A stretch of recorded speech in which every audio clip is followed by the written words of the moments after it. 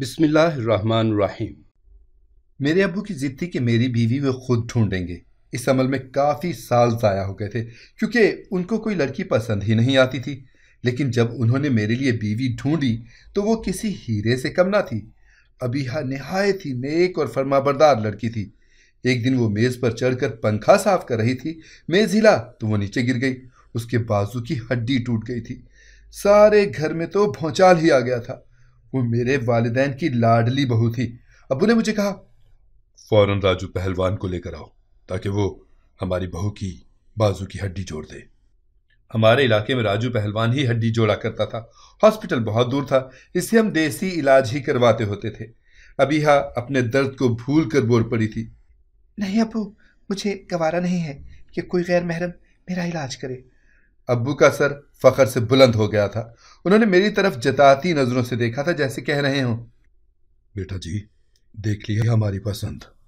ابو ابیہا سے مخاطب ہوئے اور بولے، بیٹی پردہ اپنی جگہ پر علاج کروانے میں کوئی حرج نہیں ہے، معالج مرد ہو یا عورت، اس چیز سے کیا فرق پڑتا ہے؟ لیکن ابیہا کسی طور نہ مانی تو ابو کو ہی ہتھیار ڈالنے پڑے تھے۔ ابو نے مجھے حکم دیا کہ تم کسی عورت کو ڈھونڈ کر لاؤ جو ابیہا کے بازو پر پٹی کر دے۔ اس تلاش میں اگر تمہیں دوسرے گاؤں بھی جانا پڑے تو چلے جانا۔ مجھے بھی ابیہا کی بہت فکر تھی، لیکن اس کی اس منطق پر میں جھنجھلا کر رہ گیا تھا کہ میں اب اس کے لیے عورت کہاں سے ڈھونڈتا پھروں۔ میری پریشانی وہ بھانپ گئی تھی۔ اس نے اپنے پرس سے ایک نمبر نکال کر دیا اور بولی، ہر اس نمبر پر کال کریں، یہ عورت ہے جو ہڈی کو جوڑ کر پٹی باندھ دیتی ہیں۔ میری دادی کی ٹانگ انہوں نے ہی باندھی تھی۔ ابیہا کی بات سن کر مجھے اپنے سر سے بوجھ کم ہوتا ہوا محسوس ہوا تھا۔ فون کیا تو اس نے مجھے ایک پتہ دیا اور بولی، اس پتے پر پہنچاؤ۔ وہ پتہ ساتھ والے گاؤں کا تھا۔ مجھے جانا ہی پڑا۔ وہ عورت درمیانی عمر کی تھی، مکمل پردے میں، نقاب سے چہرہ بھی ڈھانپا ہوا تھا۔ میں دل میں ہنس پڑا کہ نیک بخت اپنے لیے ہڈی جوڑنے والی عورت بھی با پردہ ہی ڈھونڈی ہے۔ میں اسے اپنی گاڑی میں بٹھا کے لے آیا تھا۔ وہ عورت مکمل پردہ کرتی تھی، اس کو کسی نے نہیں دیکھا تھا۔ گھر کے افراد کو دیکھ کر فوراً ہی چادر اپنے منہ پر ڈال لیتی تھی۔ میری امی نے اس عورت کی خود خدمت کی تھی۔ اس نے ابیہا کی پٹی کر دی۔ علاج کا اس کا اپنا ہی طریقہ تھا۔ اس عورت نے بتایا کہ دن میں 3 مرتبہ پٹی کو آگے پیچھے حرکت دے کر ہڈی دیکھنی ہوتی ہے کہ وہ صحیح سے جڑ رہی ہے کہ نہیں۔ امی نے بتایا تھا کہ اس عورت کا نام سلمہ ہے، وہ ساتھ کے گاؤں میں رہتی ہے، اس کے آگے پیچھے کوئی نہیں ہے، بیچاری اکیلی ہی رہتی ہے۔ ابو نے امی سے کہہ دیا تھا کہ جب تک ابیہا کا بازو بالکل ٹھیک نہیں ہو جاتا تب تک اس خاتون نے۔ امی نے جب خالہ سلمہ سے کہا، آپ ہمارے ہی گھر رک جائیں، تو انہوں نے بڑی مشکل سے امی کی بات مانی تھی، اور یوں وہ ہمارے گھر رہنے لگی تھی۔ چونکہ ابیہا کے بازو میں بہت درد ہوتا تھا تو یہ خاتون ہر وقت ابیہا کے ساتھ ہی رہتی۔ ابیہا نہایت ہی عبادت گزار اور نیک لڑکی تھی۔ ابو نے میرے رشتے کے سلسلے میں امی کی بھی نہ سنی تھی۔ وہ کہتے تھے، بہو میری ہی پسند کی گھر میں آئے گی۔ مجھے نہیں معلوم تھا کہ اس بات کے پیچھے وجہ کیا تھی، مگر میں نے امی سے کہہ دیا تھا، جیسا ابو کریں گے ویسا ہی ہم کر لیں گے۔ ابو کو لڑکی کی شکل و صورت سے کوئی سروکار نہیں تھا۔ وہ ذات پات، رنگ روپ اور دولت مرتبے پر یقین نہیں رکھتے تھے۔ ان کی فقط ایک ہی ڈیمانڈ تھی کہ لڑکی شریف ہو اور پردے دار بھی۔ جبھی تو ابو نے میرے لیے ایک غریب سی لڑکی چن لی تھی جس کے آگے پیچھے کوئی نہیں تھا۔ وہ اپنی پھپھو کے گھر مقیم تھی جہاں اس کی 2 کوڑی کی بھی عزت نہیں تھی۔ ان لوگوں کا مرتبہ بھی ہمسا نہیں تھا اور ذات بھی ہم سے کم تر ہی تھی، لیکن پھر بھی ابو نے اس کو میرے لیے قبول کر لیا تھا۔ وجہ تھی اس کا پردہ اور حیا۔ میں ابیہا سے شادی سے پہلے نہیں ملا تھا، نہ ہی اس کی تصویر دیکھی تھی۔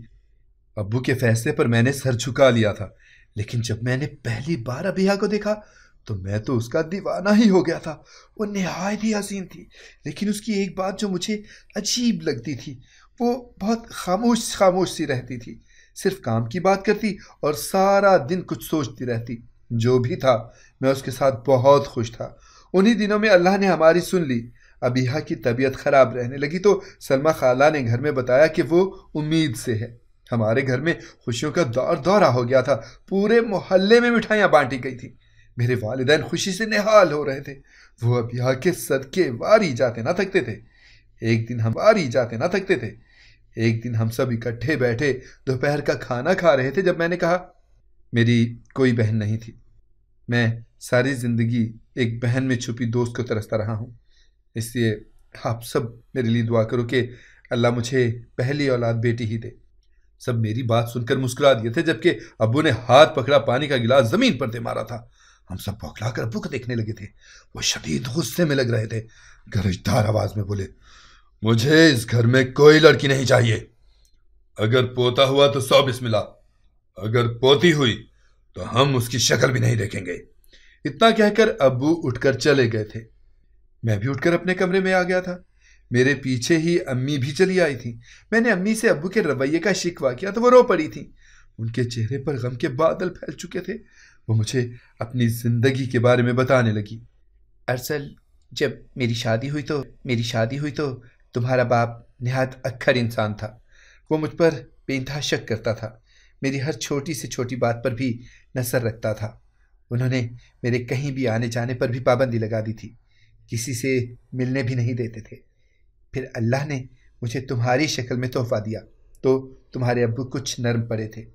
میری بہت خواہش تھی کہ میرے گھر میں بیٹی پیدا ہو، لیکن بیٹی کے ڈر سے تمہارے ابو نے مزید اولاد ہی پیدا نہیں ہونے دی۔ مجھے نہیں معلوم کہ وہ عورت ذات سے اتنی خار کیوں کھاتے ہیں، پتہ نہیں کیا وسوسہ ان کے دل میں بیٹھا ہوا ہے۔ تمہاری شادی بھی وہ اس لیے ہی نہیں کر رہے تھے کہ انہیں کوئی ایسی ویسی ماڈرن سی لڑکی بہو کے طور پر نہیں چاہیے تھی، انہیں چپ چاپ سی حیادار سی لڑکی بہو کے طور پر چاہیے تھی۔ میں امی کی بات سمجھ چکا تھا، بعض لوگ ہوتے ہی ایسے ہیں جیسے ابو تھے۔ میں بس خاموش ہو کر رہ گیا تھا۔ گھر میں خوشی کا ہر فرد مجھے ابیہ کا خیال رکھنے کا کہتا، مجھے خود بھی اس کا بہت خیال تھا، لیکن کیا کرتا، مجھ پر کام کا بھی بہت بوجھ تھا نا۔ میں جتنی بھی کوشش کر لیتا، گھر آتے آتے مجھے کافی رات پڑ جاتی تھی۔ آج میں بڑی مشکل سے کام نمٹا کر جلدی گھر جانے کے لیے نکل پڑا تھا۔ میں آتے ہی اپنے کمرے کی جانب بڑھا تو ایک آواز نے میرے قدم روک لیے تھے۔ وہ کسی کی غم میں ڈوبی ہوئی بھاری آواز تھی، جیسے کوئی بین کر رہا ہو۔ میرا رب ضرور انصاف کرے گا، میرے سامنے وہ بھی تڑپے گا جیسے اس نے میرے شوہر کو تڑپایا تھا۔ انہوں نے میرے سامنے میرے شوہر کو مار ڈالا تھا۔ میں ان لوگوں کے قدموں میں گری، اللہ رسول کے واسطے دیے، لیکن انہوں نے میری ایک نہ سنی۔ میرے سامنے اسے مار ڈالا تھا، اس کا پورا وجود چھلنی ہو کر رہ گیا تھا۔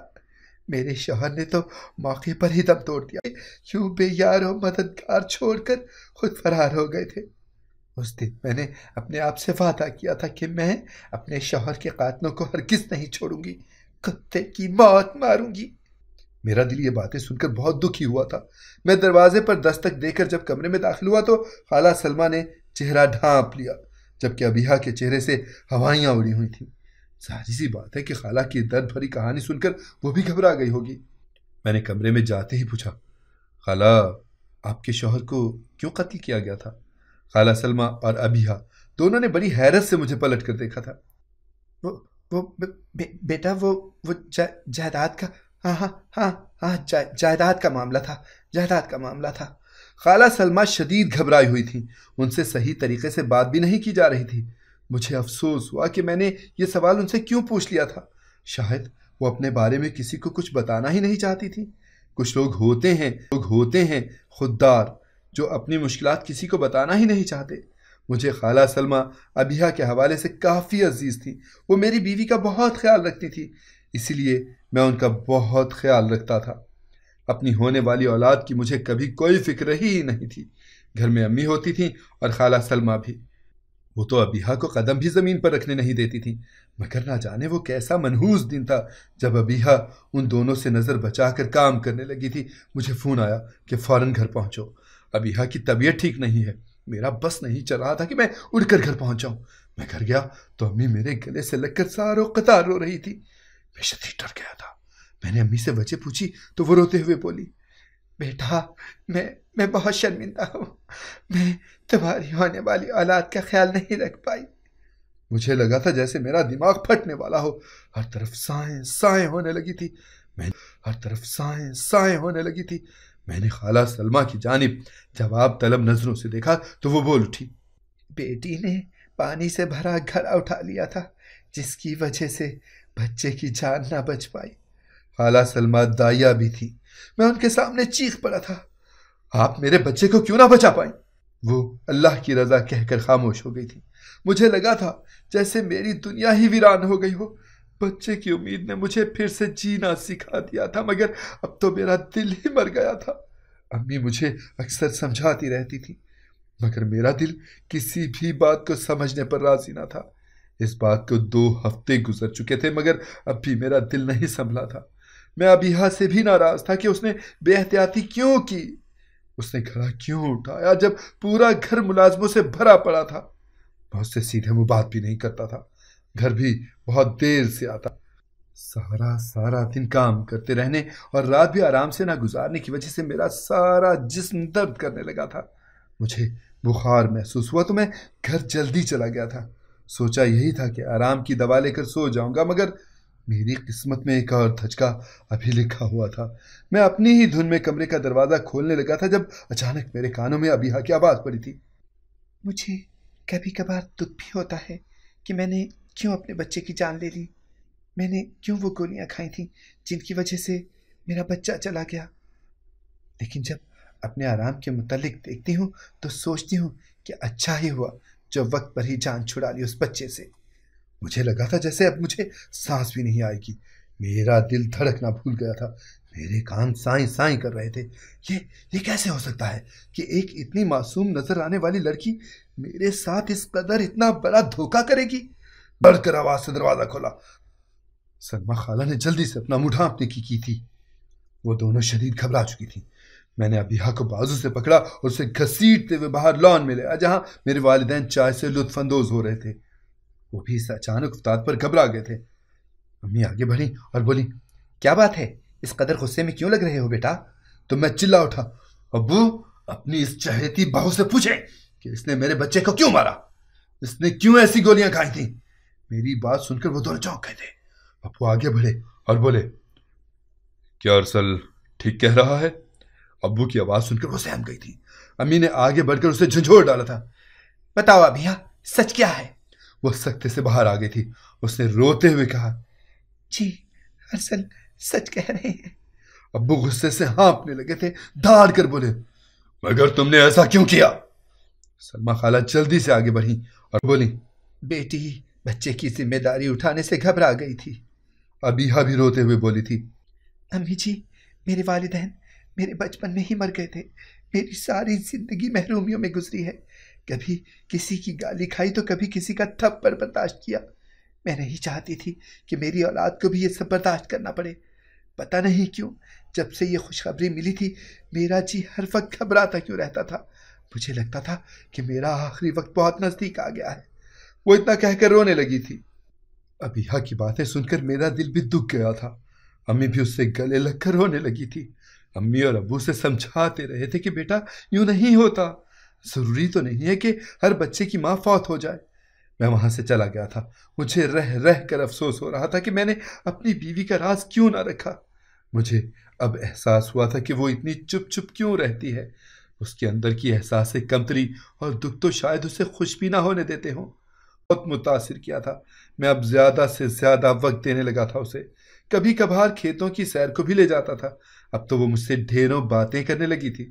زندگی میں پہلی بار مجھے حقیقی خوشی کا پتہ چلا تھا۔ سب کچھ بہت ہی اچھا جا رہا تھا جب زندگی نے ایک بار پھر سے مجھے چاروں شانے چت کرنے کا منصوبہ بنایا تھا۔ ہم سب صحن میں چٹائی بچھا کر کھانے کے لیے بیٹھے تھے۔ ابیہا نے آج اچھا خاصا اہتمام کر رکھا تھا۔ بریانی، کوفتے، کباب اور کھیر۔ ابو نے سب سے پہلے بریانی اور کباب لیے تھے۔ امی بھی اپنی پلیٹ بھر چکی تھی۔ میں نے ابھی تک کچھ نہیں لیا تھا۔ خالہ سلمہ اور ابیہا بار بار مجھے بھی اصرار کر کے کھانا کھانے کو کہنے لگی۔ میں نے اپنی پلیٹ میں بریانی لی اور چمچ بھر کر ابیہا کے منہ کے آگے کر دیا۔ وہ شرما گئی۔ اس نے میرا ہاتھ پیچھے دھکیل دیا۔ ابو اور امی بھی مجھے حیرت سے تک رہے تھے۔ میں نے بآواز بلند کہا تھا، آج جب تک خالہ سلمہ اور ابیہا کھانا نہیں کھا لیں گی ہم میں سے کوئی کھانے کو ہاتھ تک نہیں لگائے گا۔ ابو جی نے تیوری چڑھا کر پوچھا، برخوردار ایسا کیوں ہے؟ لیکن میں نے کوئی جواب نہ دیا تھا۔ میں زبردستی ابیہا کو کھانا کھلانے کی کوشش کر رہا تھا مگر وہ پیچھے ہٹتی چلی جا رہی تھی۔ یہ سب دیکھ کر خالہ نے اپنی پلیٹ میں کھانا ڈالا اور اٹھ کر کمرے کی جانب چل پڑی۔ میں نے انہیں روکا اور کہا، آج آپ ہمارے سامنے کھانا کھائیں گی۔ اس بار خالہ سلمہ کے بجائے امی نے جواب دیا تھا۔ ارسل، تم پاگل تو نہیں ہو گئے ہو؟ تمہیں معلوم ہے نا وہ پردے کی وجہ سے ہمیں بیٹھ کر کھانا نہیں کھاتی۔ میں مسکرا دیا تھا۔ میں نے پوچھا، تو امی جی آج آپ کی بہو کھانا کیوں نہیں کھا رہی؟ میں بتاؤں؟ کیونکہ آج خالہ سلمہ اور ابیہا نے اس کھانے کی صورت میں ہم سب کی موت کا بندوبست کیا ہوا ہے۔ خالہ سلمہ کے ہاتھ سے کھانے کی پلیٹ چھوٹ کر نیچے جا گری تھی۔ ابیہا بھی شدید گھبرا گئی تھی۔ وہ جلدی سے اٹھ کر خالہ سلمہ کے پاس جا کر کھڑی ہو گئی۔ پھر میں بولا، کون سی ڈش میں زہر ہے، یا پھر ان تینوں کھانوں میں تھوڑا تھوڑا زہر ڈالا گیا ہے؟ ہمارے گھر عجیب سی خاموشی چھا گئی تھی۔ ابو اپنی گرجدار آواز میں بولے تھے، کیا ارسل ٹھیک کہہ رہا ہے؟ تب خالہ سلمہ نے بنا کچھ کہے اپنا نقاب الٹ دیا تھا۔ ابو انہیں دیکھ کر اٹھ کر کھڑے ہو گئے تھے۔ امی بھی ان کے ساتھ ہی اٹھ کر کھڑی ہو گئی تھی۔ حاجرہ تم؟ ابو کی آواز کھائی سے آتی ہوئی محسوس ہو رہی تھی۔ پھر خالہ سلمہ بولی، میں حاجرہ نہیں ہوں، یہاں تمہاری اور تمہارے خاندان کی موت بن کر آئی ہوں۔ جس طرح تم نے میرے شوہر کو میرے سامنے مارا تھا، میں تمہارے سامنے تمہاری بیوی اور تمہاری اولاد کو مار دوں گی، پھر تمہیں بھی تڑپا تڑپا کر ماروں گی۔ دراصل ہوا یہ تھا کہ میں جب کام سے آیا تو ابیہا مجھے اپنے کمرے میں نظر نہیں آئی تھی۔ میں اس کو ڈھونڈتا ہوا کچن کی طرف چلا آیا تھی۔ وہ کھانے میں ایک پوریا ملا کر کہہ رہی تھی، ابیہا آج تمہارا سارا سسرال ختم کر دوں گی میں۔ یہ سب سن کر تو میرے قدموں تلے سے جان ہی نکل گئی تھی۔ ابو بولے، حاجرہ تم جانتی ہو وہ شخص ہمارا ملازم تھا، اس کی ذات اور مرتبہ ہم سے کمتر تھا، تم اس کے ساتھ بھاگ گئیں تو زمانہ ہم پر تھو تھو کرنے لگا تھا۔ ابو جی نے اس بات کا اتنا صدمہ لیا تھا کہ انہوں نے موت کو گلے لگا لیا۔ تمہاری وجہ سے مجھے عورت ذات سے نفرت ہو گئی تھی۔ میں نے ساری زندگی اپنی بیوی پر شک کیا، بیٹی بھی پیدا نہ ہونے کی دعا کی کہ وہ کہیں میرے منہ پر کالک نہ مل دے، جس طرح تم نے میرے باپ کے منہ پر مل دی تھی۔ بہو کا انتخاب بھی میں نے کس قدر سوچ سمجھ کر کیا تھا تم کیا جانو۔ تم نے میرے باپ کو کھا لیا، پھر میں تمہارے شوہر کو کیسے چھوڑ دیتا؟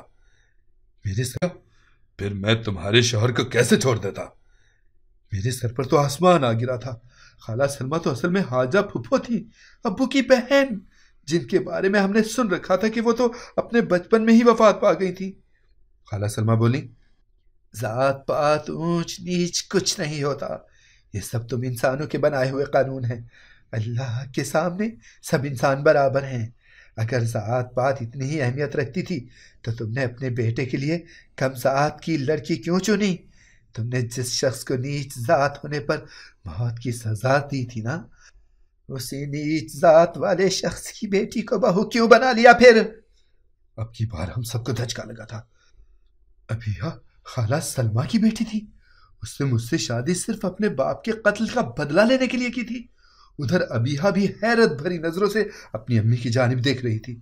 وہ بولی، امی کیا یہ لوگ ہمارے رشتہ دار ہیں؟ بدلہ لینا ہے؟ خالہ سلمہ بولی، جس شخص نے میرے سر سے سایہ چھین لیا ہو وہ میرا رشتہ دار کیسے ہو سکتا ہے؟ وہ تو میرا دشمن ہی ہوا نا۔ اس نے میرے شوہر کو مار ڈالا اور مجھے زندہ چھوڑ دیا۔